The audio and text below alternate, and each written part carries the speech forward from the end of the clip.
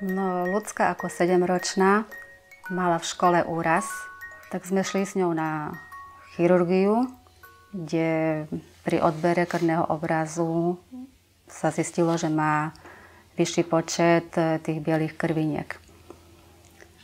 Následne nás poslali na ďalšie a ďalšie vyšetrenia, kde sa potvrdila tá chronická myeloidná leukemia. To sa vám zrúti celý svet v tom momente. Tá forma tej choroby bola len tá možnosť, že vlastne transplantácia. Pani doktorka na hematológii nám povedala, že dospelý človek s tým dokáže žiť aj 30 rokov. Dospelý. Ale u toho dieťaťa tam je to podstatne kratší čas. Ja som vedela, že som chorá, ale ja som si to nejako nepripisovala, že tu ide o niečo. Len, že som chorá, musím sa liečiť a to všetko, čo k tomu som musela podstúpiť, tak som to aj takto brala. Začali sme získavať o tej chorobe ďalšie poznatky a tam už sa začalo uvažovať, že je tam tá možnosť, tá pupočníková krv ako odber, tak sa uvažovalo s tým. Ľudská mala ten úraz v septembri a ja som v septembri otehotnela. Tak sme vedeli, že určitá nádej sa tu javí, lebo v podstate pri narodení ďalšieho súrodenca tá možnosť 25 až 30% zhody by mohla byť.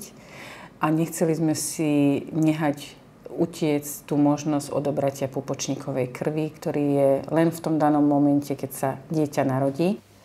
Myslím, že mám veľmi dobrý vzťah s bratom a celkovo s rodinou sme takí viac spútaní týmto, že touto chorobou, tak mám pocit, že aj tou rodinou nás to viac spútalo, ale k môjmu bratovi mám špecifický vzťah.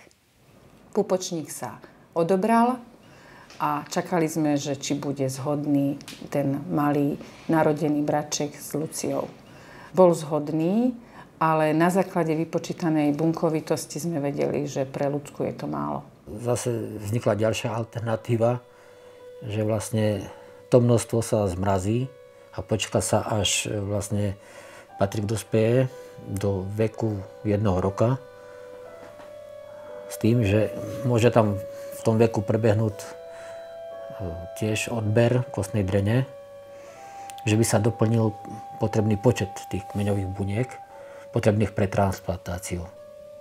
Bola to jediná možnosť.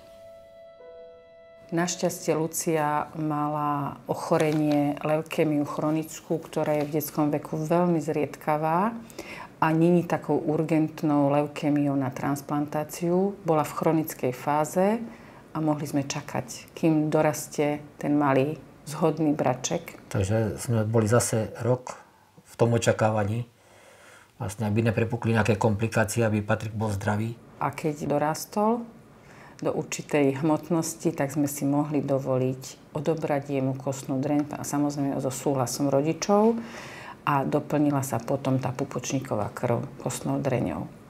Keď prijala ten štep, tak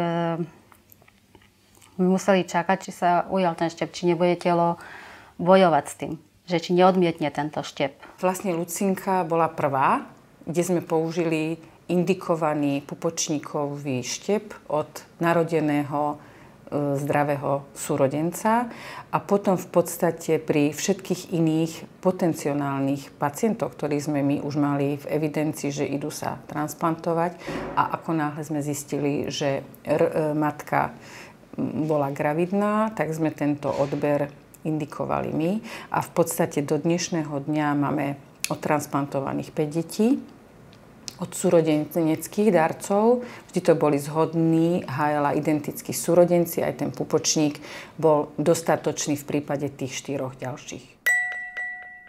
Na voze bola veľká debna. Len čo som ju zazrela, poskočilo mi srdce.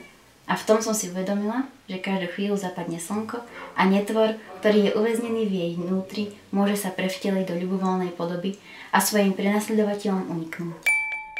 Ten človek, keď sa ocitne v tom boji o ten život, už som možno staršia, som to pozerám trocha inak, ale je to také, že naberie takú silu, o ktorej nikdy nevedel a všetko je to a dá sa to vyhrať.